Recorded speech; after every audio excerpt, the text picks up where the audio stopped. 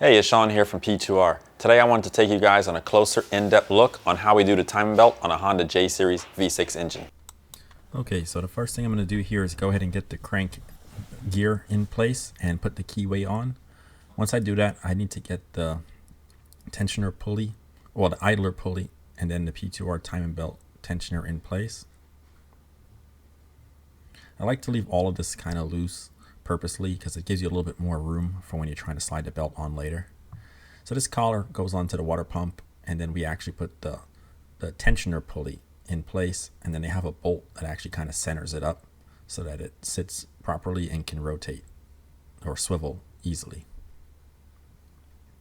This one I can go ahead and tighten up because it rotates anyways. Now I got the cam gear back end plates. This is the rear cylinder head. This one doesn't have any sensor on it, so you just got to make sure you have your crush seal at the bottom of it in place, and then you can go ahead and get these two bolts tightened up and put on properly.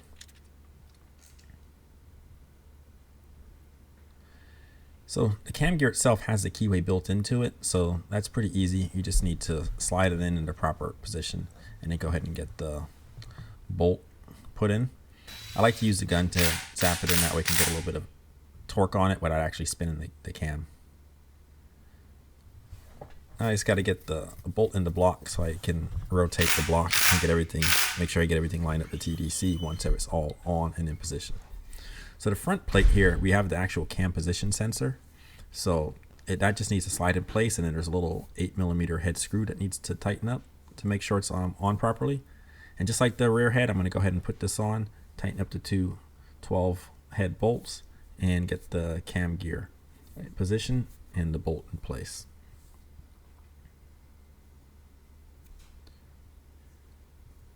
Just like the last one, I'm going to go ahead and use the gun, zap it properly.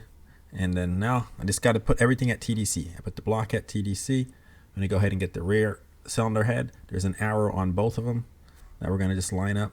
And right here, I noticed I tightened the idler pulley a little too much, so I went ahead and loosened it some.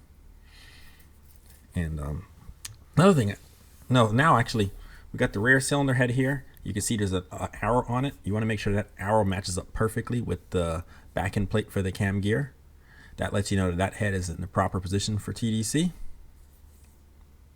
Then essentially the same as on the front, but the front cam gear actually has numbers on it. So you want to make sure the one is facing up and the line on the cam gear matches the line on the back end plate as well. Once all that's in place, you know that your two heads are at TDC. What I like to do here, because when I was assembling the head, I loosened up all the rockers. I want to tighten up a little bit just so that my cam gear is less likely to move on me. And I can go ahead and get the belt started to install now. So you're going to go on a counterclockwise motion starting from the actual crank. And you want to make sure you pull tight. You want to make sure you're not skipping a tooth on this. Once we get over the front cam, the next step is going to be to try to go under the water pump itself. Now the water pump has a ridge, so you got to get under that ridge to make sure you're in it. Honda put a lot of spots that keep the time belt straight and to keep it from wobbling front and back. The main key too is also making sure you're keeping a little bit of tension on that crank gear, because that part is the one that's most likely to try to jump on you when you are going everywhere else. So I'm going ahead and I'm going around the cam gear now. I got a little bit of assistance to help me hold the crank in place, and it's mostly because trying to film, the camera is kind of in my way, so I'm trying to stand to the side, and it makes it a little bit more complex. But there's a little groove on the back head that you need to make sure you're on the inside of, and once you get into that, you can go ahead and start to put the tensioner on. So in this case, I actually removed the lower bolt from the time belt, the P2R manual time belt tensioner, because it just gives us a little bit more room to get everything in place. And right now I'm just going to go ahead and catch that, and then now I can actually start to tighten the tensioner. What that's going to do is start to put some tension on the belt so that we can get everything lined up now. Still recording, dude.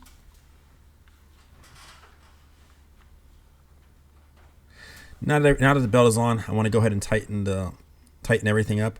The idler pulley Also, the manual tensioner itself needs to tighten right now.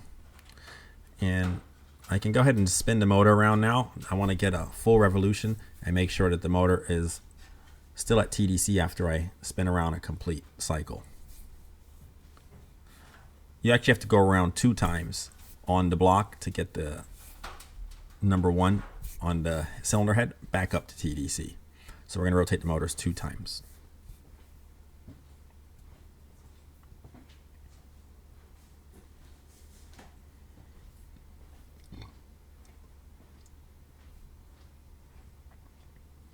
All right, I'm going to check on the oil pump that I'm still at TDC there.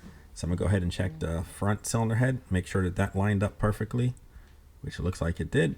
Then the rear head, once that's on, and that's all you have it.